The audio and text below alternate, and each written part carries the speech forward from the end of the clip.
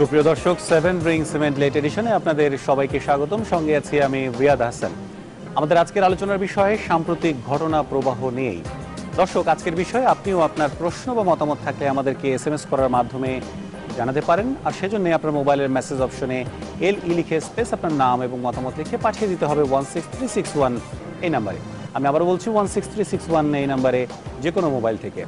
দর্শক, আজকের এই বিষয়ে কথা বলবার জন্য আমাদের স্টুডিওতে উপস্থিত আছেন দুজন অতিথি। বাংলাদেশ জাতীয় পার্টি বিজেপির চেয়ারম্যান আন্দালিব রহমান পার্থ এবং আওয়ামী লীগের সাবেক সংসদ সদস্য গোলাম মাওলা রনি। আপনাদের দুজনকে আমাদের টেলিভিশনের স্টুডিওতে স্বাগত জানাচ্ছি। সাম্প্রতিক অনেকগুলো বিষয় রয়েছে, যে বিষয়গুলো আমরা এক একে টাচ করব।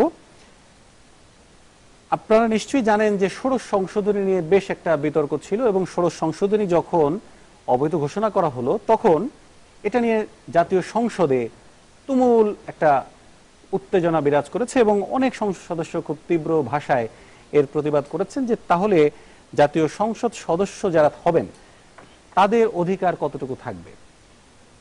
এরপরে আমরা এটা নিয়ে নিউজ করেছি। আমরা সাংবাদিকরা পরবর্তীতে বিশিষ্টজনের প্রতিক্রিয়া যেটি জানতে পারলাম যে এই বিষয়ে সংসদ সদস্যদের বক্তব্য দেওয়াটাও এটা সমীচীন নয়, এবং এটিও আইন অবমাননার শামিল। আমি প্রথমে যদি ষোড়শ সংশোধনী নিয়ে কথা বলি, তাহলে আপনারা দুজনই সাবেক সংসদ সদস্য। আপনাদের কাছে কি মনে হয় যে ষোড়শ সংশোধনীতে বিএনপি বলছে যে জনগণের জয় হয়েছে, অন্যদিকে আওয়ামী লীগের পক্ষ থেকে তারা এটাকে তাদের মনোপুত হয়নি এবং এটি তাদের কাম্য ছিল না, এরকমটা বলা হচ্ছে। আসলে জয়টা কার হয়েছে? আন্দালিব রহমান পার্থ। দেখুন, জয় হয়েছে আমি মনে করবো বাংলাদেশের। বিকজ কোনো দেশের ডেভেলপমেন্ট কিন্তু রাস্তাঘাটের উন্নতি, স্কুল কলেজ বানানোর মধ্যে থেকে হয় না। সবচেয়ে ইম্পর্টেন্ট হলো ইনস্টিটিউশনগুলি, আপনার দেশের ইনস্টিটিউশনগুলি কি ডেভেলপড নাকি। এবং আরেকটা ইম্পর্টেন্ট পয়েন্ট হলো এই ইনস্টিটিউশনগুলি, বিচার বিভাগ, আইন বিভাগ, নির্বাহী বিভাগ, এদের মধ্যে সম্পর্কটা কি বিরাজমান, একজন আরেকজনকে কমপ্লিমেন্ট করে নাকি কাজটাকে করে। এটা অত্যন্ত আনফর্চুনেট যেখানে সংসদের কার্যপ্রণালী বিধিতে 53, 63 অনেক জায়গায় বলা আছে রাষ্ট্রপতি কিংবা জাজদের নিয়ে বা কোনো জুডিশিয়াল ডিসিশন নিয়ে এই ধরনের সমালোচনা করা সম্ভব না। কেন দেওয়া হয়েছে? এই কারণেই দেওয়া হয়েছে বিকজ ইট ইজ নেসেসারি যে আপনি ঠিক করে দেশ চালাতে, গণতন্ত্রের জন্য, দেশের জন্য এই প্রত্যেকটা ইনস্টিটিউশন একজনকে কমপ্লিমেন্ট করতে হবে, আদারওয়াইজ আপনি করতে পারবেন না। তো এটা কার বিজয় আমি ওতে যাবো না, বিকজ যখনই আপনি বিজয় বলবেন কেউ একজন পরাজয় হচ্ছে। আমি বলছি বাংলাদেশের বিজয় হয়েছে, যেটা আওয়ামী লীগ আজকে হয়তো চিন্তা করছে না, তবে আমাদের জেনারেশন বা ভবিষ্যৎ প্রজন্ম একটা বড় মিসহ্যাপ থেকে বেঁচে গিয়েছে এটা যদি হতো। বিকজ আমরা জানি পলিটিসাইজ কিভাবে হয়। এবং আমি বাস্তবে একটা কথা আপনি চিন্তা করে দেখুন, যেটা প্র্যাকটিক্যাল কথা আর কি, আজকে কারা মেম্বার অফ পার্লামেন্ট, আপনি কতগুলি সিট পাচ্ছেন যারা একটা ভোটেও আসেনি। এখানে ইয়াবা ব্যবসা থেকে আরম্ভ করে মার্ডার কেস, আমরা জানি চিহ্নিত সন্ত্রাসী অনেকেই member of parliament. Can you imagine একজন আমাদের গালি শোনাত অভ্যাস, আমরা পলিটিক্স করি, বাট একটা এই লেভেলের একজন এমপি দাঁড়িয়ে ইমপিচমেন্ট করবে বা অপসারণ করার প্রস্তাব দেবে, এবং এই জাজমেন্টের কারণেই যেই পরিমাণ যেই ল্যাঙ্গুয়েজ ইউজ করা হয়েছে জুডিশিয়ারি নিয়ে, যদি আসলেই অপসারণের ক্ষমতা থাকতো তাহলে একটা জাজ সাহেবকে সরানোর আগে কোন লেভেলের আর্গুমেন্ট বা কোন লেভেলের ডিসকাশন এই পার্লামেন্টে হতো। এটা অনেক আনফর্চুনেট। এটা আমি মনে করি বাংলাদেশে বিজয় হয়েছে। এবং আমরা এমপি যদি হই বা যখন এমপি ছিলাম, আমাদের একটা ধারণা অনেকেরই থাকে যে আমরা মনে হয় সবকিছু করতে পারি। কথাটা সত্য না, কিন্তু আমাদের অনেক লিমিটেশন আছে, আমরা সবকিছু করতে পারবো না। আমরা জনগণের প্রতিনিধি, বাট আমাদের মানতে হবে যে আমরা মানে বাংলাদেশ থেকে খুব একটা উঁচু কিছু না, বা গণতন্ত্রের চেয়ে আমরা উঁচু কিছু না। এইরকম ক্ষমতা যদি দিত তাহলে দেখতেন একটা সময় আসতো যখন বলতো যে হাইকোর্ট সংসদ ভবনের বারান্দায় বসবে, যে এমপিরা হাঁটতে হাঁটতে দেখবে কোন জাজ সাহেব কি করে না করে প্রত্যেকটা জিনিস। তো আমি আপনার কথাটাকে রিফ্রেশ করবো। আই থিঙ্ক বাংলাদেশের বিজয় হয়েছে, এবং যে যত কথা বলুক পার্লামেন্টে দাঁড়িয়ে, যাই বলুক, যারা বুদ্ধিমান ব্যক্তি, যারা দেশ নিয়ে চিন্তা করে, তারা বুঝবে যে বিচার বিভাগের স্বাধীনতাটা, আমি বলবো না বিচার বিভাগ 100% স্বাধীন হয়ে গিয়েছে, বাট চাপের জায়গাটা একটু কমে এসেছে। কিন্তু মাননীয় প্রধানমন্ত্রী কিন্তু বলেছেন যে এই রায়ের মধ্য দিয়ে প্রমাণ হয় যে বিচার বিভাগ যে স্বাধীন। দেখেন, কোনো নির্দিষ্ট রায়ের মধ্যে থেকে কখনোই প্রমাণিত হয় না বিচার বিভাগ স্বাধীন। আমাদের অ্যাপিলেট ডিভিশনের চিফ জাস্টিস নিজেও বলেছেন এই দেশে রুল অফ ল নেই। সো বিচার বিভাগ স্বাধীন কি বিচার বিভাগ স্বাধীন না, কোন সময় স্বাধীন কোন সময় স্বাধীন না, এটা অনেক বড় একটা রিলেটিভ টার্ম। আর বিচার বিভাগ স্বাধীন হবে কি হবে না সেটা সেই বিচারকের চিন্তা চেতনার উপরে ডিপেন্ড করে। যে এই ভালো বিচারক যে নাই সেটা বলবো না, আবার প্রভাবিত হওয়ার মতো বিচারক যে নাই আমি সেটাও বলবো না। তো সুতরাং ওই ইন্ডিভিজুয়ালের উপরে ডিপেন্ড করে, মরাল কনসায়েন্সের উপরে, ইসের উপরে ডিপেন্ড করে যে আমি মানবিকভাবে কতখানি মনে করি যে আমি যেখানে বসা আমার কাজ শুধুমাত্র নিউট্রালিটি এবং আমি সেভাবে কাজ করব, আমি কোনো টেলিফোন বা কারো ধমক বা কোনো ধরনের কোনো কিছু দ্বারা প্রভাবিত হব না।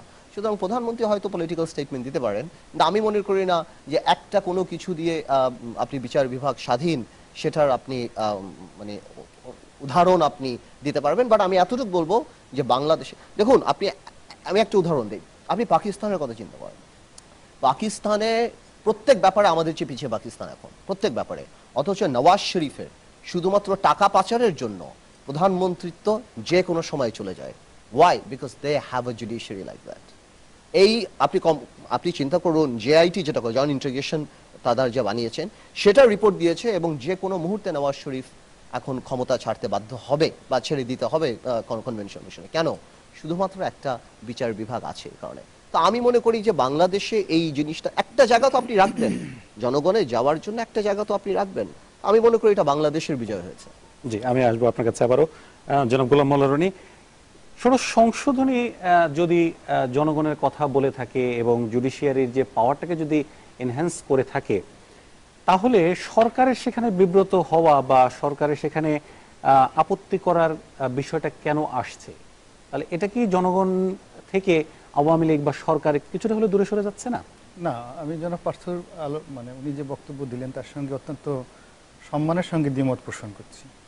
প্রথমত, এই সংশোধনী এবং হাইকোর্ট কর্তৃক এই রায়টি খারিজ করে দেওয়ার ফলে, অর্থাৎ এই সংশোধনীটা খারিজ করে দেওয়ার ফলে মূলত আমাদের কারো বিজয় হয়নি।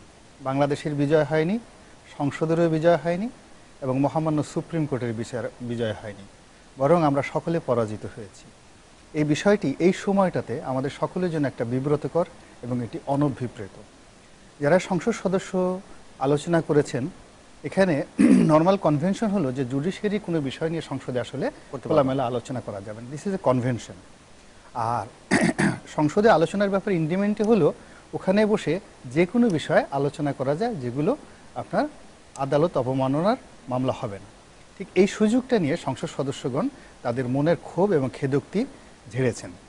কিন্তু যা হয় আর কি, বিষয়টা গভীরে কেউ যায়নি।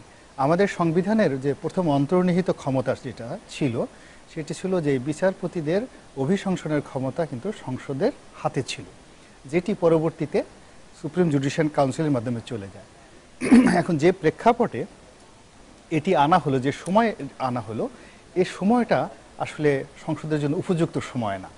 যদি দেখা গেল যে সত্যিকার অর্থে একটা রিপ্রেজেন্টেশন করে বা রিপ্রেজেন্টেটিভ গভর্নমেন্ট হতো এবং এটা যদি আসতো তখন মহামান্য সুপ্রিম কোর্ট হয়তো এভাবে রিয়্যাক্ট করতো না, এটা আমার দৃঢ় বিশ্বাস।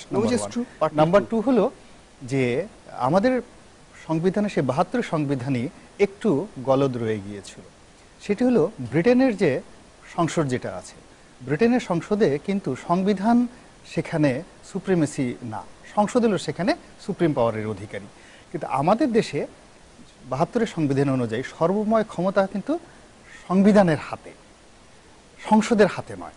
অর্থাৎ সংবিধানে যেটা গৃহীত হয়েছে, লেখা হয়েছে, সেখানে যদি কোনো আইন পাশ করা হয় সংবিধানের সাথে কনফ্লিক্ট করে, তাহলে সেই আইনটা মহামান্য সুপ্রিম কোর্ট যে কোনো সময় বাতিল করে দিতে পারে। এই যে ধারাটা, এই ধারাটা আমাদের বর্তমান যারা সংসদে আইন প্রণয়নটা করেছেন তারা এই জিনিসটা তাদের কগনিজেন্সে আনেননি, আনেননি, পড়েছেন বা তারা আনেননি, যে এটা তারা যে অপোজ করবে, সুপ্রিম কোর্ট যে গ্রাউন্ডে সেটা অপোজ করেছে সেটা তারা আনেননি, নাম্বার ওয়ান। নাম্বার টু হলো তারা খুব সরল বিশ্বাসে, গুড ফেইথে যেটা চিন্তা করেছে, সেটি হলো যে হয়তো বিচারাঙ্গনে তাদের সরকারের যারা লোকজন আছে, বিএনপির আমলে যারা ছিল, অনেক আপনজন ছিল, বোর্ড মানে আপনার বেঞ্চে বারে সরকারের তো ঘনিষ্ঠ জনেরাই আছে, তারপরে বিভিন্ন এজেন্সির লোকজন আছে, তো এইরকম একটা বিষয় যে হঠাৎ করে এভাবে অপোজ হবে, সেটা সরকারের ধর্তব্যের মধ্যে আসলে ছিল না। কারণ আপনজন মানুষ, সারা জীবন তাদের সাথে আমাদের একটা আত্মিক সম্পর্ক, হঠাৎ করে নিজেদের মধ্যে এরকম একটা ঘটনা ঘটবে। আমার জনাব পার্থ আমাদের অনেকের ভাগ্নির জামাই, এখন ভাগ্নির জামাই আমাদের বিরুদ্ধে রিভোল্ট করবেন, এটা তো আমরা আসলে অনেক হয়তো আশা করি না। তো এরকম আর কি ঘটনা আর কি। কোন দিক দেওয়া দিল একটা, আচ্ছা, যাই হোক, এখন সেটা সরকার গুড ফেতে সেই জিনিসটা করেছে, কিন্তু সরকার যদি সত্যিকারভাবে চিন্তা করতে যে তার অন্তর্নিহিত ক্ষমতা সংসদের হাতে এই মুহূর্তে কি আছে এবং সংসদের বিশ্বাসটা কি, মানে সংসদ সম্পর্কে এখন দু ধরনের বিশ্বাস। আমরা যখন নবম সংসদে ছিলাম, জনাব পার্থ ছিলেন, আমি ছিলাম, অর্থাৎ আমাদের সংসদ সদস্য হিসেবে আমাদের একটা অন্তর্নিহিত ক্ষমতা এবং বিশ্বাসের সঙ্গে জনগণের বিশ্বাসের মোটামুটি একটা সিমিলারিটি ছিল, যে একজন সংসদ সদস্য সম্পর্কে জনগণ এরকম বিশ্বাস করে, সেটা ভালো হোক মন্দ হোক। কিন্তু এখন জনগণের বিশ্বাস আর সরকারি দলের বিশ্বাস এবং বিরোধী দলের বিশ্বাস এবং রাজনৈতিক বিশ্বাস, এই চারটে বিশ্বাস কিন্তু মানে চতুর্মুখীভাবে, তাহলে বিশ্বাস কি ভাগ হয়ে গেছে? অবশ্যই ভাগ হয়ে গেছে বর্তমান দশম পার্লামেন্ট সম্পর্কে। এই বাস্তবতাটা যদি মাননীয় সংসদ সদস্য যারা আছেন তারা অনুধাবন করতেন হৃদয়ের অন্তঃস্থল থেকে, তাহলে এরকম একটা জায়গাতে তারা হয়তো যেতেন না। এনিওয়ে, আমরা যেটা বলেছি যে 153টা আসনে হয়তো নির্বাচন হয়নি, বা বর্তমানের সংসদকে নিয়ে অনেকের অভিযোগ আছে। তো সেই অভিযোগের যে জায়গাগুলো দেখা গেল যে ধীরে ধীরে ধীরে ধীরে আমাদের একদম কবর দিয়ে যাচ্ছিল, আমরা নির্বাচনের দিকে এগুচ্ছিলাম। ওই বিষয়গুলো কিন্তু আমরা এই ইলেকশন হওয়ার পর 2015 সনে 16 সনে যেভাবে কথাবার্তা হতো। আমি একটা জিনিস অ্যাড করি রনির সাথে, এখানে কিন্তু একটা অদৃশ্য চাপ থাকে। এই ধরনের অপসারণ করার ক্ষমতা যদি আপনি দেন, তাহলে একটা অদৃশ্য, আমরা চাই কথা বলুক, আমরা চাই অ্যাপিলেট ডিভিশনে আমাদের চিফ জাস্টিস যখন বলল যে দেশে 100 টাকার উন্নয়ন হলে 60 টাকা দুর্নীতিতে যায়, বা এই দেশে রুল অফ ল নেই, ওইটা ঠিক গ্রহণ করার দায়িত্ব তো জনগণের, যে কথাটা ঠিক বা কথাটা ঠিক না। বাট আমরা চাই যে আপনি কথাটা বলতে পারেন without any chances or any possibility যে আপনাকে এটার জন্য ওই ধরনের অপসারণের ব্যবস্থা করতে হবে। তো এই জিনিসটা অনেক ইম্পর্টেন্ট, রনি যেটা কারেক্টলি বললো, যে এই জিনিসটা অনেক ইম্পর্টেন্ট যে আপনার ফ্রি হ্যান্ড থাকতে হবে আমাদের দেশে এটা করার জন্য। আর এই সংসদের তো প্রশ্নই উঠে না, বিকজ এই সংসদ তো জনগণকে প্রতিনিধিত্ব করে না। তাহলে কি বিষয়টা এটা দাঁড়ালো? একটা জিনিস আমি শেষ করে দিচ্ছি। আপনাকে বুঝতে হবে যে সংসদ এবং বিচার বিভাগ কিভাবে কাজ করে। আপনি মার্কিন যুক্তরাষ্ট্রকে যদি আপনি এখন এই মুহূর্তে মার্কিন যুক্তরাষ্ট্রকে দেন, আপনি গিয়ে দেখবেন যে তারা বিরাট একটা জনমত সেখানে সৃষ্টি হয়েছে। তারা দুটো, তাদের জাতির পিতা, তাদের ফাদার অফ নেশন এবং রাষ্ট্রের পিতা, এই দুটো তারা আলাদা করতে চাচ্ছে। যেমন জর্জ ওয়াশিংটনকে এখন জাতির পিতা, রাষ্ট্রের পিতা বলা হয়। তখন তারা বলছে যে জর্জ ওয়াশিংটন হলো আমাদের রাষ্ট্রের পিতা, এই রাষ্ট্রটা তিনি করেছেন। কিন্তু এই জাতিটাকে ঐক্যবদ্ধ করার ক্ষেত্রে যিনি জর্জ মার্শাল, আমাদের যে প্রথম প্রধান বিচারপতি, তিনি এই জাতিটাকে মূলত ঐক্যবদ্ধ করেছেন। ফলে জর্জ মার্শাল হবেন আমাদের জাতির পিতা। এখন এটা নিয়ে কিন্তু মার্কিন যুক্তরাষ্ট্রে প্রবল একটা জনমত সৃষ্টি হয়ে গেছে। তাহলে আপনি দেখুন যে বিচার বিভাগ এবং আমাদের যে সংসদ এবং রাজনীতিবিদ আসলে যুগপৎভাবে কিন্তু দেশ এবং জাতি গঠনে একে অপরের পরিপূরক হিসেবে কাজ করে। একজনের সাথে পরিপূরক। হ্যাঁ, পরিপূরক। আপনি জন অ্যাডামস যখন আসলেন, মানে যদি বিচারপতি মার্শাল না থাকতেন, সেকেন্ড যিনি জন অ্যাডামস আসলেন জর্জ ওয়াশিংটন পরে, ওই সময় কিন্তু মার্কিন যুক্তরাষ্ট্র ভেঙে চুরমার হয়ে যেত। এখন আমাদেরও দেখেন, বাংলাদেশের কিন্তু আজকে আমরা যে পর্যায়ে যতটুকু এসছি, এখনো বিএনপি বলেন বা আমাদের আওয়ামী লীগের অনেক সম্মানিত সংসদ সদস্য বলেন, তারা যখন ঘোরতর বিপদে পড়ে, মারাত্মক বিপদে পড়ে, তাদের রাজনৈতিক দলের প্রতি তাদের আস্থা থাকে না, পুলিশের প্রতি আস্থা থাকে না, এমনকি তাদের নেতা নেত্রীদের প্রতিও আস্থা থাকে না, তখন কিন্তু তারা বাধ্য হয়ে আস্থার যে জায়গাটা সুপ্রিম কোর্টে তাদের যেতে হয়। ফলে ওই আশ্রয়ের জায়গাটা আমরা কখনো কোনো অবস্থাতে আঘাত করব না। সেখানে সমস্যা তো, আমরা ডাল ভাতে বাঙালি, একই বাতাসে আমরা মানুষ হচ্ছি, সব জায়গায় একই পাখি গান গায়।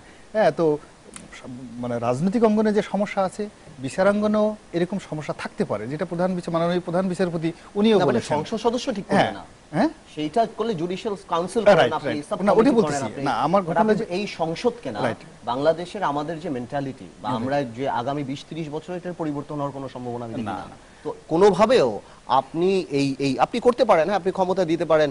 আপনি যে কথাটা বললেন যে ইংল্যান্ডে না, because England doesn't have a written constitution, ইংল্যান্ডে যে নাই বা ইংল্যান্ডের পার্লামেন্ট ইজ সুপ্রিম, বাট তাদেরও লিমিটেশন আছে। অবশ্যই। এমন না যে তারা সবকিছু করতে পারে। এখানে সবচেয়ে বড় লিমিটেশনটা হলো আপনার জনগণের ইচ্ছার প্রতিফলন হয়নি কি আপনার কথার মধ্যে। এখানে একটা রিয়াল যে জিনিস হচ্ছে কি জনাব পার্থ যেটা বললেন তার সাথে আরেকটু আমি অ্যাড করি জিনিসটা আরো সুন্দরের জন্য, যেখানে conflict of interest and egoistic matter যেটা এসে গেছে সেটি হলো অন অ্যাভারেজে 300 মেম্বার অফ পার্লামেন্ট আর 300 মহিলা সংসদ 50 মহিলা পার্লামেন্ট মেম্বার। এখন আপনি তাদের অ্যাভারেজ মানের কথা চিন্তা করেন, তাদের এডুকেশন, তাদের ফ্যামিলি ব্যাকগ্রাউন্ড, তাদের dress up, makeup, get up, তাদের কথা যদি চিন্তা করেন তাহলে আপনি একটা নম্বর দেন। সেই নম্বরের সাথে মাননীয় সম্মানিত বিচারপতি অ্যাপিলি ডিভিশনে প্রধান বিচারপতি এবং হাইকোর্ট ডিভিশনে যারা আছেন তাদের এডুকেশন, মেকআপ, গেট আপ সব কিছু যোগ করেন। যোগ করার ক্ষেত্রে একটা স্বাভাবিক ইকোজিশন এসে যায় যে এই মানুষদেরকে এরা আসলে কন্ট্রোল করতে পারে না। না আমি একটু থামাই, আমি পার্সোনাল এইসবে যাব না, কার চেহারা বা ওইটা আমি এডুকেশন বলবো। আপনি ব্যাকগ্রাউন্ড দেখেন, আর সবচেয়ে কথা ব্যাকগ্রাউন্ডের কথা বাদই দেন, এরা তো ভোটে নির্বাচিত না। সবচেয়ে জিনিসটা হলো তো technocrat MPs. If you are technocrat MP, এই ইচ্ছা পোষণ করা জনাব পার্থ, যদি if there is not they are not in technocrat তাহলে কি এটা পারফেক্ট ছিল? সেটা অন্য কথা, তাতেও হতো না, তাতেও সমস্যা বলি, সেটা অন্য কথা। বাট এট লিস্ট ওই আর্গুমেন্টটা তো থাকতো যে ইনারা জনগণ দ্বারা নির্বাচিত, এবং জনগণ দ্বারা নির্বাচিতরা তাদের ইচ্ছা পূরণ হয় কি না হয় অপসারণ করার ব্যাপারটা সেকেন্ডারি। মানে সেটা তারা যেভাবে দেখতেন, আশাটা তো তাদের তো একটা ইচ্ছার প্রতিফলন হতো যে আমরা চাই এইটা থাকার মতো, এবং I am sure the president would have taken it seriously এবং appellate division would have taken it seriously. There is a elected parliament যারা চাচ্ছে যে আমাদেরকে সরানোর ক্ষমতা তাদের হাতে আসবে।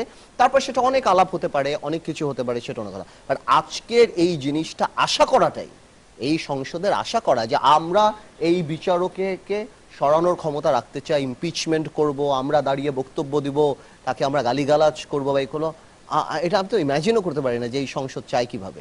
সো আমি মনে করি যে আমি রনির সাথে রেখে আর কোনো দেশের সাথে আমি তুলনা আনি না। অনেকে বলে এক এক দেশ এক এক রকম দেশ, Bangladesh is a different country.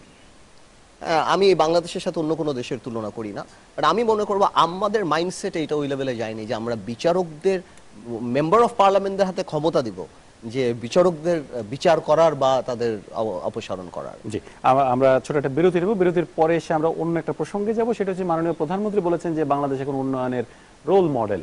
অন্যদিকে গতকাল জাতীয় সংসদে আমরা দেখেছি যে অর্থমন্ত্রী বাংলাদেশ থেকে যে টাকা পাচার হয়ে গেছে সেই টাকা পাচার সম্পর্কে কিছু কথা বলেছেন, সে প্রসঙ্গে আমরা আসবো। তাহলে দুটি বক্তব্যকে আমরা কিভাবে মূল্যায়ন করব? সুপ্রিয় দর্শক, 7 রিং সিমেন্ট লেট এডিশনের নিচে ছোট্ট একটা বিরতি, ফিরবো খুব শিগগিরই, আমাদের সঙ্গেই থাকবেন। সুপ্রিয় দর্শক, দেখছেন এসএটিভির রাতের আয়োজন 7 রিং সিমেন্ট লেট এডিশন। আমরা আবারও ফিরছি আমাদের আলোচনায়। জনাব পার্থ, আমি বিজ্ঞাপনের আগে যেটি বলেছিলাম যে মাননীয় প্রধানমন্ত্রী আজকে বলেছেন যে বাংলাদেশ এখন বিশ্বের কাছে একটা রোল মডেল এবং স্বচ্ছতা, জবাবদিহিতা নিশ্চিত করে যেভাবে এগিয়ে যাচ্ছে তাতে 2041 সালের আগে আমাদের যে কাঙ্ক্ষিত স্বপ্ন তার আগে পৌঁছা সম্ভব। পাশাপাশি দেশ থেকে অর্থ পাচারের ব্যাপারে অর্থমন্ত্রী গতকাল সংসদে বক্তব্য দিয়েছেন। একটি প্রতিবেদন প্রকাশ করা হয়েছিল, তখন আমরা নিউজ করেছিলাম জিএফআইয়ের যে প্রতিবেদন, সেখানে বলা হয়েছে যে 73,000 কোটি টাকা বাংলাদেশ থেকে পাচার হয়ে গেছে। তো এই দুটো বক্তব্যের পাশাপাশি তাহলে একদিকে বাংলাদেশ উন্নত হচ্ছে বলেই কি দেশের টাকা আমরা রাখতে পারছি না, নাকি অন্য কোনো কারণে দেশের টাকা অন্যথায় চলে যাচ্ছে? না, আপনাকে ধন্যবাদ, একটা ভালো ইস্যু আপনি রেজ করেছেন। আসলে এই সরকার কিছু করুক না করুক, ব্যাংক চুরিটা একটা আর্ট এর পর্যায়ে নিয়ে গেছে। এটা একটা আর্ট। আপনি অবাক হবেন, আপনি যদি গুগল করেন বা আপনি যদি পৃথিবীর সবচেয়ে বড় ব্যাংক ডাকাতি বাংলাদেশে হয়েছে, $800 মিলিয়ন যে ব্যাংক ডাকাতি হলো, বাংলাদেশ ব্যাংকের রিজার্ভ, যেটা এর চেয়ে বড় ব্যাংক ডাকাতি পৃথিবীতে কখনো হয়নি। তারপর পলিটিক্যালি যে ব্যাংকগুলি দেওয়া হয়েছে, বেসিক ব্যাংকের যে ব্যাপারটা ছিল 4-4.5 কোটি টাকা, হলমার্ক, একটা প্রায়, এই টাকাগুলি গেল কোথায়? ইভেন কি কয়েকদিন আগে যে 1,11,000 কোটি টাকা যে খেলাপি ঋণ, সোনালী ব্যাংক যেভাবে ডাকাতি হচ্ছে, অগ্রণী ব্যাংক যেভাবে ডাকাতি হচ্ছে, এই যে মইদিন চৌধুরী যে ব্যাংকটা নিল, কি জানি না, ফার্মার্স ব্যাংক থেকে আরম্ভ করে এরকম আরো অনেক ব্যাংক যেটা পলিটিক্যালি নেওয়া হয়েছে বা পলিটিক্যাল ইনফ্লুয়েন্সে যেটা কাজ করা হয়েছে, এই টাকাগুলি তো আপনি ফেরত আনতে পারবেন না। আর অর্থমন্ত্রী এখন কি বলে না বলে, আমি শিওর কেউ সিরিয়াসলি এটা নেয় না। বিকজ অর্থমন্ত্রীর বিরুদ্ধে তো আওয়ামী লীগের মধ্যে থেকেই পার্লামেন্টে বলা হচ্ছে। উনি শেয়ার মার্কেটে যখন এরকম হয়েছিল 30 লক্ষ লোক বাড়িতে পড়ে গিয়েছিল, উনি দাঁড়িয়ে বলে দিয়েছিল যে এখানে মাফিয়ারা আছে বা আমি শেয়ার মার্কেট বুঝি না, এই ধরনের স্টেটমেন্ট উনি করেছিল। একবার উনি বলেছিল 5,000 রাঘব বোয়ালদের কথা বলেছিলেন এবং সেই রাঘব বোয়ালদের পরিচয় প্রকাশ করা যাবে না। রিজাইন, আপনি যদি এটা করেন আপনি রিজাইন, আপনি যদি পরিচয় না দিতে পারেন এই ধরনের যে দরবেশ এদেরকে যারা সে সময় জড়িত ছিল, কারোই বিচার হয় না। সো যখন বিচার হয় না তখন এটা মানুষের একটা অভ্যাসে পরিণত হয় যে আমি তো ব্যাংক থেকে ইচ্ছা করে টাকা নিতে পারি। এই টাকাটা আপনি কি করবেন? এই টাকাটা আপনি বিদেশে নিয়ে যাবেন। আর এটা তো এখন 1 লক্ষ কোটি টাকা, 5,000 কোটি টাকা শুধু সুইস ব্যাংকে, এগুলি তো প্রতিদিনের ফিনোমেনা। আমি শিওর এই ব্যাপারে এই সরকার একদম নিশ্চুপ, বিকজ এই সরকারের লোকজনরা জড়িত বা এই সরকারের মদদে এটা হচ্ছে। আপনি কেন এই সরকারের ব্যাপারে বলছেন? যে এখানে তো বিজনেসম্যান যারা আছে তারা প্রত্যেকে তো কোনো না কোনো দলের সাথে যুক্ত, শুধু কি একটি দলের সাথে যুক্ত? আমি তো সেটাই বলছি যে দেখেন, বেসিক্যালি চোরের কোনো দল হয় না। চোর চুরি করার জন্য দল খুঁজে। চোর একটা ইনহেরেন্ট কোয়ালিটি, এর কোনো দল হয় না। যেই ক্ষমতা আসবে, যেই যাবে তার সাথে। আপনার ব্যাপারটা হলো যে আপনি একটা এই ধরনের করাপ্টেড মানুষকে কতখানি সাপোর্ট করবেন। যেমন যারা শেয়ার মার্কেটের কেলেঙ্কারি করেছে, আপনি তাদের ধরেন নাই। এই যে বেসিক ব্যাংকের যারা করলো তাদেরকে আপনি ধরেন। এখন দুদককে কি করা হয়েছে? একটা ওয়াশিং মেশিনের মতো বানানো হয়েছে। ছোট ছোটকে ধরে তাদেরকে ক্লিন আপ করে 7 দিন জেলে রাখে। জেলেও তারা থাকে না, কেউ ইউনাইটেডে থাকে, কেউ অ্যাপোলোতে থাকে, সেখানে থেকে তা আস্তে ক্লিন করে তারা বের করে দেয় যা এটা চলে আসছে। এটা এমন একটা রীতি, আসলে কি সরকারের মোরালিটি, মানুষের মোরালিটি দুটো এফেক্টেড হয়ে গেছে। আমরা এখন চোরদের একটা সামাজিক অবস্থান হয়ে গিয়েছে। এই কারণে এই জিনিসগুলি হচ্ছে। আর মাননীয় প্রধানমন্ত্রী যে বক্তব্য দিলেন ওটা তো political statement, is the prime minister of the country, আগে 1.5 বছর পর ইলেকশন, ওনার তো বলতেই হবে রোল মডেল। কিন্তু আমি একটা জিনিস বুঝিনি যে এই দুর্নীতিগুলি কি উন্নয়ন করার জন্য হচ্ছে, না দুর্নীতি করার জন্য এই উন্নয়নগুলি হচ্ছে। আর একা উন্নয়নের উপর ভিত্তি করে আপনি কোনো দিনও দেশ চালাতে পারবেন না। আপনার সুশাসন থাকতে হবে। ইটস লাইক বন্দি তাজমহলে যেমন আপনি থাকতে পারেন না, না আপনার প্রত্যেকটা সেক্টর ভালো থাকে। এটাকে আমরা বলি লিপস্টিক পলিটিক্স। এই রাস্তাঘাট, হাতির ঝিল, এটা ওইটা। একটা ক্যান্সার পেশেন্টকে আপনার লিপস্টিক লাগিয়ে আপনার হয়তো কিছু সময়ের জন্য সুন্দর লাগতে পারে, কিন্তু এটা টেকসই হবে না। এই যে রাস্তাঘাটের অবস্থা দেখেন আপনি, বৃষ্টি হচ্ছে, চিটাগংয়ের অবস্থা দেখেন আপনি, চিকুনগুনিয়ার অবস্থা দেখেন, মহামারী আকার ধারণ করছে। 2টা মেয়রও কোনো কথা বলে না, 2টা মন্ত্রীও কোনো কথা বলে না এই দেশে। তো এগুলি আপনি বেশি কথা বলতে চান, আপনার মামলা হয়ে যাবে বা আপনি কথা বলতে পারবেন না। তো আমার মনে হয় কি, একটা সেক্টরের উপরে নির্ভর করে যে আমি উন্নয়ন করছি, আমি এই করছি, আমার মনে হয় যে আপনি পুরো যে জিনিসটা যাচ্ছেন আপনি কখনোই পাবেন না। আমি একটু গোলাম মোল্লা রনি আপনার কাছে আসতে চাই। ওটা যেটি বললেন যে মাননীয় প্রধানমন্ত্রী যে বক্তব্য দিয়েছেন সেটি একটা রাজনৈতিক বক্তব্য এবং নির্বাচনকে সামনে রেখে এই বক্তব্যগুলো দেওয়া হচ্ছে। আসলে কি আপনি সেটা বিশ্বাস করেন কিনা? না, বিশ্বাস না। জনাব পার্থ যেহেতু একটা ভিন্ন ধারার রাজনীতি করেন, তার বক্তব্যটি আসলে পলিটিক্যাল। এই মুহূর্তে মাননীয় প্রধানমন্ত্রীর যে রাজনৈতিক অবস্থান এবং তার যে সব মিলে তিনি যে সুবিধাজনক স্থানে আছেন, বাংলাদেশকে নিয়ে ওনার আসলে রাজনীতি করার কিছুই নাই। উনি আসলে বাস্তব যেটা সেটাই বলেছেন। বাস্তবতাটা হলো বাংলাদেশে যে উন্নয়নটা হয়েছে সেটা লিপস্টিক ডেভেলপমেন্ট নয়। সেটা যে আসলে কি ডেভেলপমেন্ট, খুব সংক্ষেপে আমি সেটা বলছি পরবর্তী। এটা হলো ফার্স্ট। সেকেন্ড থিং হলো প্রধানমন্ত্রী বলেছেন যে এই যে উন্নয়নটা হয়েছে সেই উন্নয়ন স্বচ্ছতার সঙ্গে উন্নয়ন হয়েছে। আর জনাব পার্থ বলেছেন যে এই উন্নয়নের স্বচ্ছতা তো নেই, 100 কোটি টাকা এসে চলে গেছে, হাজার হাজার কোটি টাকা চলে গেছে।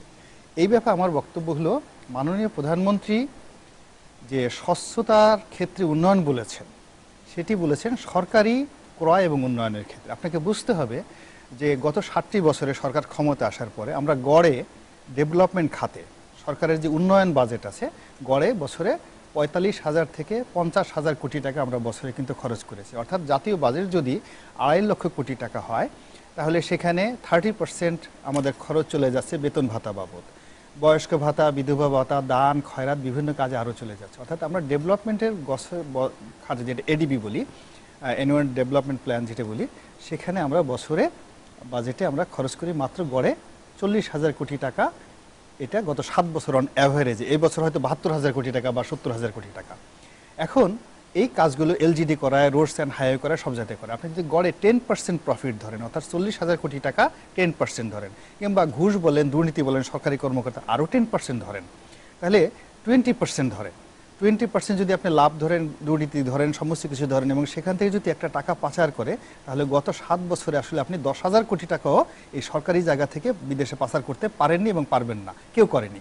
মাননীয় প্রধানমন্ত্রী যেটা বলেছেন যে সরকারের যে ব্যয়টা ছিল, অর্থাৎ এই প্রতি বছর যে 50,000 কোটি টাকা, এই ব্যয়ের ক্ষেত্রে সরকার স্বচ্ছ জবাবদিহিমূলক অবস্থান নিশ্চিত করেছে, স্বচ্ছতার সঙ্গে করেছে, এবং যে কোনো টিআইবি বলেন, যে কোনো প্রতিষ্ঠান যদি এই সরকারের ক্রয় নীতি থেকে শুরু করে ডেভেলপমেন্ট ওয়ার্কের হিসাব চায়, সরকার সেটা দিতে পারে।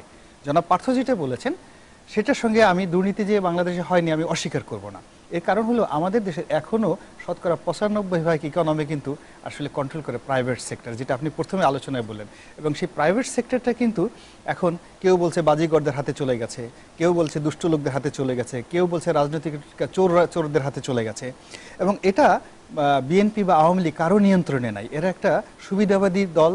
তারা যখন মনে করে গোলাম মোল্লা রনি ভালো তার কাছে আসবে, যখন পার্থ সাহেব মনে করে পার্থ সাহেব ভালো তার কাছে আসবে, আপনার কাছে রিয়াজ সাহেব আপনার কাছে ভালো মনে হয় ভালো যাবে। চোরদের আসলে কোনো দল নাই। এই যে ইকোনমির ক্ষেত্রে তারা দীর্ঘদিন যাবৎ এই বাংলাদেশ থেকে টাকা পাচারের সাথে জড়িত, এবং আপনি এটা জানেন যে now it's a global crisis. আমেরিকাতে প্রবলেমটা আছে, ইউরোপে আছে, আমি একটু থামাই। The problem is, you know what? The problem is the government is not taking enough, doing enough to bring back this money or reveal করা যে টাকাগুলি কাদের।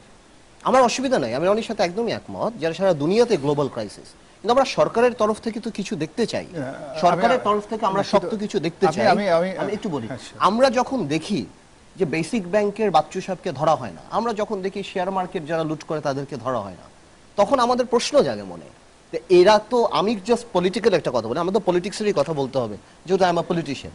আমি একটু জানতে চাই, রনিকে জিজ্ঞেস করি আমি, যে এরা যারা গভর্নমেন্টের উপর প্রত্যেক সরকারে বেনিফিট নেয় এবং হাজার হাজার কোটি টাকা লুটপাট করে, এরা কি উপকারে আসে? এরা কোনো উপকারে আসে না। এরা সিঙ্গাপুর দুবাইতে পালায়, অ্যান্ড এরা আর কোনোদিন ফেরত আসে না, এবং আসার পরও এরা বিভিন্ন উসিলা করে এরা গা ঢাকা দেয়।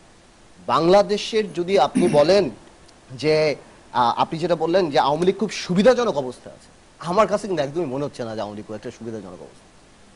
আমার মনে হচ্ছে এটা তো পলিটিক্যাল পলিটিক্যাল না, আমি পলিটিক্যালি বলতেছি যে এই রাজনৈতিক দলটা একটা নির্বাচন ছাড়া, যে আওয়ামী লীগ সবসময় ভোটের রাজনীতি বাজ, যেই রাজনীতি ছিলই হলো গরিব মানুষের, সেখানে তার এমপিরা আজকে ব্যাংকের মালিক, আইজিডব্লিউ, আইসিএক্স, এমন কোনো ব্যবসা নাই যে তারা এটাতে করতেছে না। আমার তো মনে হয় when they go back home তাদের কাছে লজ্জা লাগে যে আমার আইডেন্টিটি কি, am I a businessman or I am an Awami লীগার। তো আমার মনে হয় না যে আওয়ামী লীগ আজকে যেভাবে বলছেন যে ওই সুবিধাজনক অবস্থা আছেন, আমার মনে হয় নেই।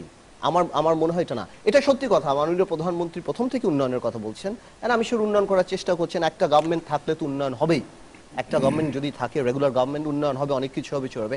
বাট আমি যে পয়েন্টটা বলছি, উন্নয়ন হোক, বাট একা উন্নয়ন দিয়ে, আপনি শিক্ষা ব্যবস্থা দেখেন বাংলাদেশে, শিক্ষা ব্যবস্থা বাংলাদেশের সবচেয়ে খারাপ অবস্থানে আছে। এটা কি রনিভাই আপনি অস্বীকার করবেন? আপনি শিক্ষার যে মান হয়েছে, আপনি স্বাস্থ্য খাতে দেখেন যে অবস্থা হচ্ছে। তো এরকম আমি আপনাকে, আপনি উন্নয়নের কথা বলছেন, আপনি 20% আপনি বলেছেন, বাট আমি যখন দেখি বাঁশ দিয়ে রাস্তা বানানো হয়, মাটি দিয়ে রাস্তা বানানো হয়, সেটার জবাব আপনি কিভাবে দিবেন?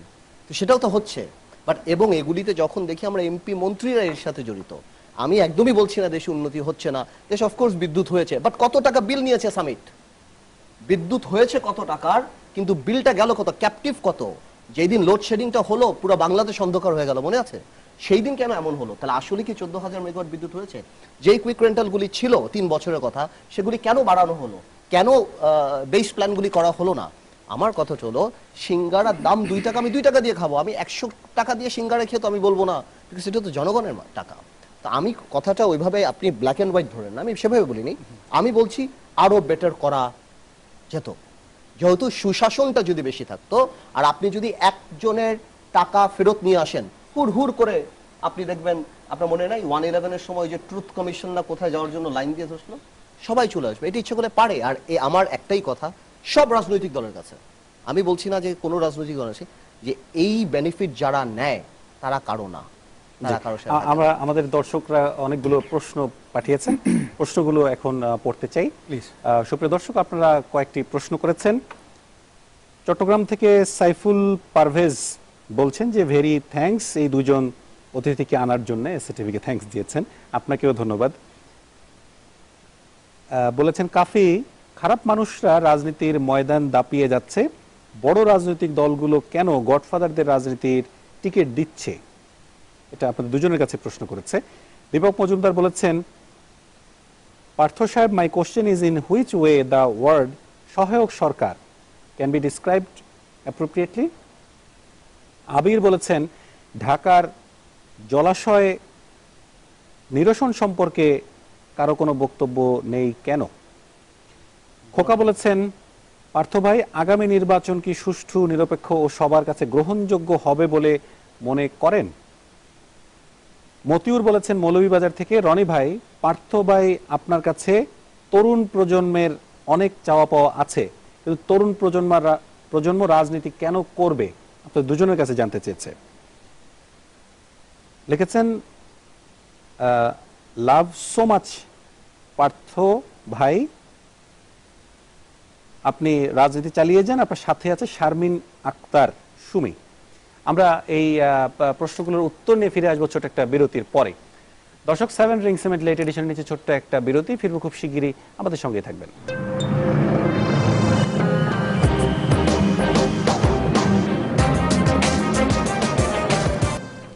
সুপ্রিয় দর্শক, দেখছেন এসএটিভি রাতের আয়োজন 7 রিং সিমেন্ট লেট এডিশন। আমরা আবারও ফিরছি আমাদের আলোচনায় আপনাদের প্রশ্নের উত্তর নিয়ে।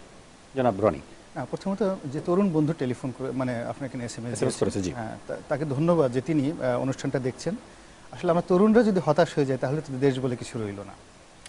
তিনি বলেছেন রাজনীতিতে কেন আসবে? রাইট, মানে প্রথমত ওনার কাছে আমার স্বনির্বন্ধ অনুরোধ, কেন রাজনীতি উনি আসবেন না, কেন রাজনীতিতে আসবেন? আমরা আছি, ওনাকেও আসতে হবে এবং অন্য তরুণদেরকে এগিয়ে আসতে হবে। আমরা যতক্ষণ পর্যন্ত সাহস না নিয়ে এগিয়ে আসবো ততক্ষণ পর্যন্ত এই সমস্যাটা সমাধান হবে না। অর্থাৎ রাজনীতিতে কেউ কখনো প্ল্যাটফর্ম তৈরি করে দেয় না। This is number 1। নাম্বার 2 হলো যে এই মুহূর্তে যেটা হচ্ছে সেটি হলো যে আমাদের যে বর্তমান সরকারের মন্ত্রী, এমপি সবাই বিভিন্ন রকমভাবে কাজ করছে, কিন্তু মূল যে নিউক্লিয়াসটা কিন্তু মাননীয় প্রধানমন্ত্রী। তো মাননীয় প্রধানমন্ত্রী যেটা করছেন সেটা হলো যে ডেভেলপমেন্ট যেটা, সেই ডেভেলপমেন্টের দুটো অংশ, অর্থাৎ একটা হলো দৃশ্যমান আর একটা হলো একটা জাতির ব্যাকবোন সৃষ্টি করার জন্য কতগুলো মৌলিক কাজ।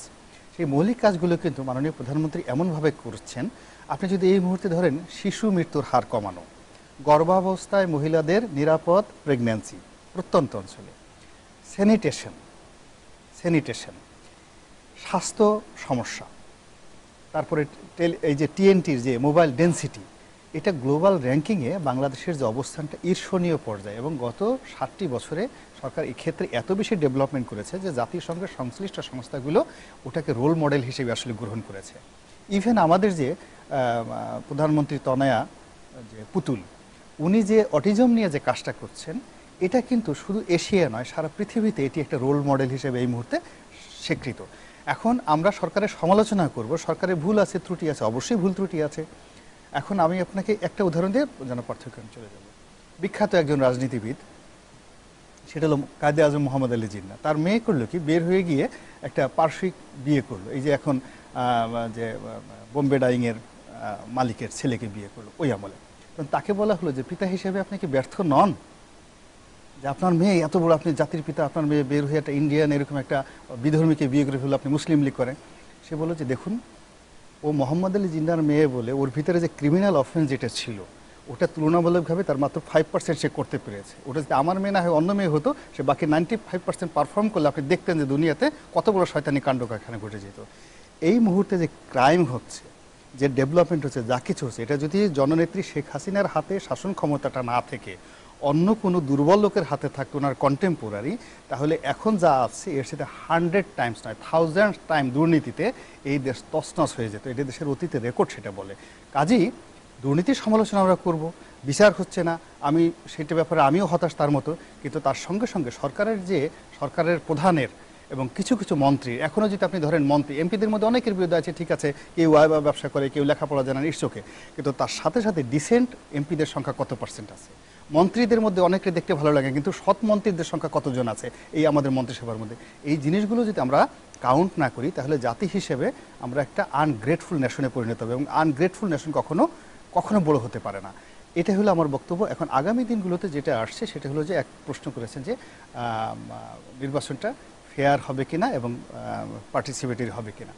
আমি তো আশাবাদী, জনাব পার্থ এবং তার যারা জোট আছেন, বিএনপি যদি স্ট্রংলি আসেন এবং যার যার গণতান্ত্রিক অধিকারটা যদি প্রয়োগ করেন সাহসের সঙ্গে, আমি মনে করি না যে নির্বাচন প্রতিযোগিতামূলক না হওয়া ছাড়া অন্য কোনো বিকল্প উপায় আছে।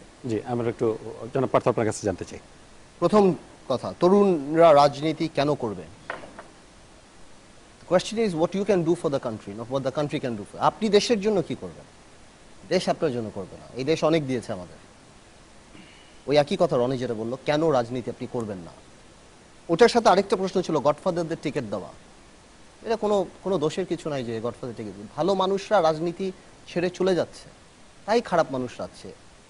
আজকে কক্সবাজারে আওয়ামী লীগের ভালো লোক থাকলে ইয়াবাবদি আসতো না, বা বিচ্ছু শামসু, বা যেই নেমগুলি আমরা দেখি যাদের জন্য রাজনীতিকে আমাদের খারাপ লাগে।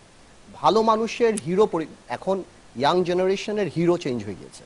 একটা সময় যারা আপনার সরওয়ার্দী বা যারা ছিলেন বড় বড় রাজনীতিকরা, এখন হিরো হয়ে গেছে আপনার স্টিভ জবস, শাহরুখ খান, সালমান খান, এরা হয়ে গেছে সাকিব আল হাসান। আমি খারাপ বলছি না, হিরো। কিন্তু দেশটার জন্য যে কাজ করতে হবে, এবং একটা I think it was Aristotle যে বলেছিল যে one of the greatest penalty you pay for not joining politics is that you get to rule by your inferior. যেহেতু আপনি পলিটিক্স করবেন না, আপনি আপনার নিচু বা আপনার চেয়ে কম যোগ্যতা সম্পন্ন মানুষ দ্বারা খুব তাড়াতাড়ি নিয়ন্ত্রিত হবেন, এবং তাই হচ্ছে। সুতরাং এখনো আমি তরুণ সমাজকে বলবো, আপনারা আসুন রাজনীতিতে। রাজনীতি মানে গাড়ি ভাঙা না, গাড়ি পোড়ানো না, হরতাল না। রাজনীতি মানে নট ইগনোরেন্স। আপনার অধিকার সম্পর্কে সচেতন থাকুন। Exactly, ignorant people can never be free people. আপনি যদি ইগনোরেন্ট হন, আপনি কোনোদিন ফ্রি থাকতে পারবেন না। সচেতন হন। এখন ফেসবুক আছে, অনেক কিছু আপনি খুঁজে নেবেন। 3 দল, যে কটা রাজনৈতিক দল আছে সবই ভালো, আমি খারাপ বলবো না, সবই ভালো। আপনি যে কোনো দল করেন, কিন্তু আপনি সুষ্ঠু রাজনীতি। আপনি যদি আওয়ামী লীগ করেও ভালো রাজনীতি করেন, বিএনপি করেও ভালো রাজনীতি করেন, আমরা চাই ভালো রাজনীতি চলে আসে। আগামী নির্বাচনের ব্যাপার বলছেন, বাংলাদেশে কোনো সময় আমার মনে হয় না সুষ্ঠু নির্বাচন হয়। অপেক্ষাকৃত সুষ্ঠু নির্বাচন যেটা, সেটার দিকে আমরা তাকিয়ে থাকি যে কিভাবে বেটার আনা যায়। যার মাসল একটু বেশি থাকে সবসময় তার একটু অ্যাডভান্টেজ থাকে। আমাদের বিশ্বাস আগামী নির্বাচন সবাই পার্টিসিপেট করবে, আমরা করব। আর এই কথার সাথে সহায়ক সরকারের আমরা একটু বলছি, what is the idea of সহায়ক সরকার। আমি এখন একটা কথা বললে রনি বলতে পারবে যে নির্বাচনে আমরাও কারচুপি করেছি মাগুরাতে, বা আমাদের সময়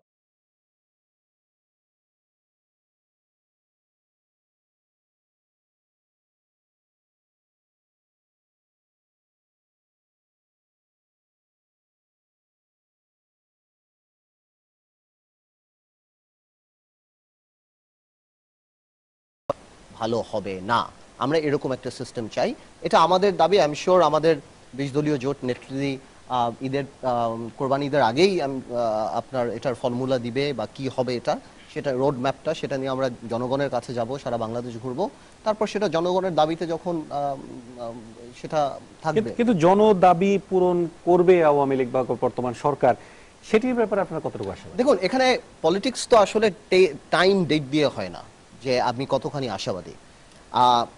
আমি যদি মনে করি এখানে 50টা লোক মনে করে হ্যাঁ এই কথাটা রাইট, এই কথাটা সত্যি, যে আপনি যেই ফর্মুলাটা দিচ্ছেন এটার মধ্যে হবে, আমি মনে করি আমার দাবিটার একটা স্পিরিট আছে।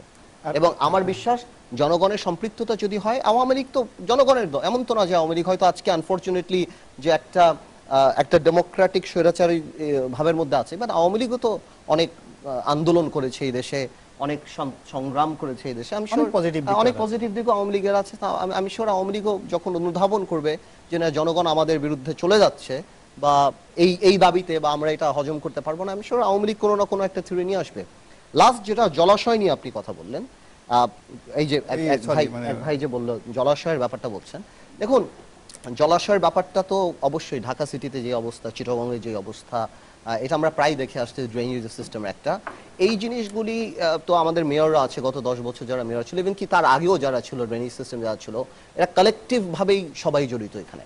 বাট আমি আজকের মেয়রের কথা বেশি বলবো, বিকজ আজকের মেয়র প্রভাব বেশি ছিল, বা তার আগে বাট সব আমলেই যারা যারা যারা যারা ছিলেন, এ তো একদিনের প্রবলেম না, একসাথে প্রবলেমটা হয়েছে। ঢাকার জনগণ বেশি, মানে জনসংখ্যা বৃদ্ধি পেয়েছে, সবকিছু মিলেই আমার মনে হয় এই ট্রাফিক সিস্টেম, জলাশয় এই চিকুনগুনিয়া, Discussion, হ্যাঁ, হ্যাঁ। এই জিনিসগুলি কিন্তু এখন অনেক মহামারী আকার ধারণ করেছে এবং আমার মনে হয় যে সরকারের সংশ্লিষ্ট যারা আছে তাদের এই ব্যাপারে এটা নেওয়া জাতীয় উচিত। সমস্যা হিসেবে জাতীয় সমস্যা এটা, সত্যি কথা। জি, আমরা একদম শেষ প্রান্তে জনপ্রিয়, আপনি যদি একটু বলতেন যে বিএনপি এবং অন্যান্য তাদের যে জোট রয়েছে সেই জোটের পক্ষ থেকে যে দাবি করা হচ্ছে, অর্থাৎ নির্বাচনকালীন যে সরকারের কথা বলা হচ্ছে, অর্থাৎ প্রধানমন্ত্রী শেখ হাসিনার অধীনে তারা কোনোভাবে নির্বাচনে যেতে রাজি নয়, আলটিমেট তাদের যে ফর্মুলা, সেই ফর্মুলা তো সেদিকেই যাবে, সেটি মানবার কোনো ধরনের কোনো চিন্তা ভাবনা আছে কিনা? পার্থ কিন্তু একটা কথা খুব ভালোভাবে বলেছেন, অর্থাৎ আওয়ামী লীগের কিন্তু দুটো ব্যাপার আছে, অর্থাৎ তার বাকশাল করার যেমন অধিকার আছে, মানে অভিজ্ঞতা আছে, তার সঙ্গে সঙ্গে এরশাদের এবং বিএনপির যে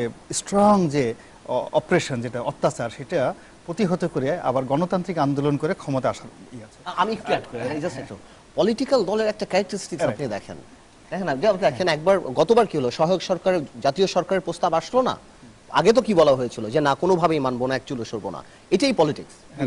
সেকেন্ড থিং হলো তাদের যেমন রক্ষী বাহিনীর অভিজ্ঞতা আছে, র্যাবের অভিজ্ঞতা আছে, অর্থাৎ র্যাব দ্বারা তারা অত্যাচারিত হয়েছে, আবার সেই র্যাবকে পরিচালনা করছে। ফলে এদেশের রাজনীতির যে ভালো যে দিকগুলো, মন্দ দিকগুলো, অভিজ্ঞতা, পরিচালনা, দুটো রাজনৈতিক প্রধান দলেরই কিন্তু আছে। Very political. রূঢ় বাস্তবতাটা হলো যে রাজনীতির আকাশটা 1 ঘন্টা লাগে না পরিবর্তন হতে, অর্থাৎ আগামীতে 1.5 বছর সময় আছে, তো 1.5 বছর অনেক অনেক 1000 বার বিরাট সময়। পরিবর্তন হতে পারে। অর্থাৎ এর মধ্যে 24 ঘন্টার মধ্যে, সত্যি। হ্যাঁ, আপনার 1 ঘন্টার মধ্যে রাজনৈতিক তছনছ হয়ে যেতে পারে। এখন বিএনপি যেটা করছে, সে দুটো বিকল্প নিয়ে এগুচ্ছে, সোফার আই আন্ডারস্ট্যান্ড। সেটি হলো যে একটা সহায়ক সরকার তাদের মতো মোটামুটি আসতে পারে, অথবা বর্তমান প্রেক্ষাপটে শেখ হাসিনার অধীনে নির্বাচন করবে, এই দুটো সম্ভাবনা নিয়ে তারা এগোচ্ছে। আবার আওয়ামী লীগও কিন্তু দুটো নিয়ে, অর্থাৎ তারা বিএনপির দাবির মতো মোটামুটি একটা সহায়ক সরকার দেওয়া লাগতে পারে, অথবা তাদের মতো করে একটা নির্বাচন চালিয়ে যাবে, অর্থাৎ দুটো সম্ভাবনা নিয়ে কিন্তু দলগুলো এগোচ্ছে। কিন্তু তার চেয়ে বড় ব্যাপার হলো যে এখানে যারা স্টেক হোল্ডার, মূল স্টেক হোল্ডার কিন্তু ভোটাররা যদি তাদের অধিকারের ব্যাপারে যত বেশি সচেতন হবে, তত বেশি গণতন্ত্রের পথটা সুগম হবে। এখন বিএনপি এবং আওয়ামী লীগের ইচ্ছার উপর যদি ভোটাররা ছেড়ে দেয়, তারা যদি বলে যে না, তারা যেভাবে সিদ্ধান্ত দেবে সে অনুযায়ী আমি ভোট কেন্দ্রে যাব, দ্যাট ইজ অ্যানাদার ডমিনেশন। কিন্তু তারা যদি বলে যে না, অতীতে যা কিছু হয়েছে তা হবে না, এবার আমি আমার যাকে পছন্দ তাকে আমি ভোট দেব এবং অবশ্যই ভোট দেব, এই যে, এবং যারা ভোটারবিহীন কোনো কিছু বা জোর জবরদস্তি করে করা, বা দেখা গেছে যে আনফেয়ার পলিটিক্স, এই জিনিসগুলো যতক্ষণ পর্যন্ত মাস পিপল ঘৃণা না করবে, প্রতিহিত না করবে, ফলে আপনি আমি যতই টকশো করি না কেন, এটা কিন্তু এক চুলও এগোবে না। ফলে ওই ঘৃণার যে জায়গাটা, জনসচেতনের জায়গাটা, পলিটিক্সের জায়গাটা, এটা আমাদের ত্রিপাক্ষিক, অর্থাৎ বিএনপির দায়িত্ব আছে, আওয়ামী লীগের দায়িত্ব আছে। যদি এই দুটো দায়িত্ব ধরেন 10%, 20%, আর বাকি অন্যান্য ছোট ছোট রাজনৈতিক দলগুলো তাদের যদি ধরেন 10%, 30%, বাকি 70% দায়িত্ব কিন্তু জনগণের। ফলে সেই জনগণ যদি সেই যে কোনো খারাপ লোককে মেনে নেয়, একটা দেখা যাচ্ছে যে নেতা যাকে আনইমপ্রেসিভ, বদনামিতে যার ভরা, তাকে নেতা হিসেবে মেনে নেয়, অমুক ভাইয়ের আগমন, শুভেচ্ছা, স্বাগতম দেয়, হ্যাঁ, সেখানে এক টেবিলে দেখা যাচ্ছে যে জনাব পার্থর মতো মানুষকে, আর ওই দেখা যাচ্ছে সেই ধরনের মানুষকে এক টেবিলে তারা বসাতে তাদের ভিতরে রুচিতে বাঁধে না। তো এই জনগণের এই মানসিকতাটা যত তাড়াতাড়ি ডেভেলপ হবে, তত বেশি আমাদের গণতন্ত্র 50 বছর লাগবে। সেটা ছাড়া হবে না আর কি। আপনি 1 মিনিটে যদি একটু বলতেন, আমরা একদম শেষ প্রান্তে। না, আমি এতটুকুই বলবো, আমি পজিটিভ পলিটিক্স করি, পজিটিভ চিন্তা করি। আমার মনে হয় আওয়ামী লীগ আর বিএনপি বাংলাদেশের দুটো সবচেয়ে বড় রাজনৈতিক দল, যথেষ্ট ভালো রাজনীতিবিদরা আছেন। আপনারা এখন যা দেখছেন সেটা কোনো কিছুই না, এই 1.5 বছর সামনে বাকি আছেন। আমার তো মনে হয় পেপার পত্রিকা পড়ে যে রাজনীতিটা অনেক বেশি নির্বাচন মুখী পত্রিকা বেশি হয়ে যাচ্ছে, বাট আরো অনেক সময় আছে এবং প্রতিদিনই পরিবর্তন হবে, প্রতি রাতই পরিবর্তন হবে। ইনশাল্লাহ আগামী বছর একটা ভালো নির্বাচন হবে, আমরা আশা করি। আপনাদের দুজনকে এসএ টেলিভিশন স্টুডিওতে আসবার জন্য অসংখ্য আপনাকে ধন্যবাদ। অনেক অনেক ধন্যবাদ। সুপ্রিয় দর্শক, 1.5 বছর বাকি আছে নির্বাচনের, কিন্তু এই সময়ের ভেতরে প্রাকৃতিক অনেক দুর্যোগ আমরা দেখছি এবং দেশের 13 জেলায় বন্যা কবলিত এলাকার মানুষ প্রচণ্ড দুঃখ কষ্টে দিন যাপন করছেন এবং বন্যার যে পূর্বাভাস রয়েছে, সে পূর্বাভাসে জানানো হয়েছে যে বন্যার পানি আরও বাড়তে পারে। দেশের মানুষের জন্য রাজনীতিবিদরা কি করেন বিপদের সময়, মানুষ কিন্তু তা তাকিয়ে দেখে। হোক আপনি এখন সরকারে আছেন কিংবা নেই, সেটি বড় কথা নয়, মানবিকতা এবং মানবিক মূল্যবোধ থেকে আপনি মানুষের পাশে কতটুকু দাঁড়াবেন, সেটি কিন্তু 1.5 বছর পরে হলেও তার ফলাফল নির্ভর করবে। সুপ্রিয় দর্শক, রাজনীতিবিদগণ সেই সত্য কথাটি বুঝে সে অনুযায়ী কাজ করবেন এমন শুভ প্রত্যয় জানিয়ে শেষ করছি আজকে লেট এডিশন পুনঃ প্রচার হয় সকাল ৯টায় আজ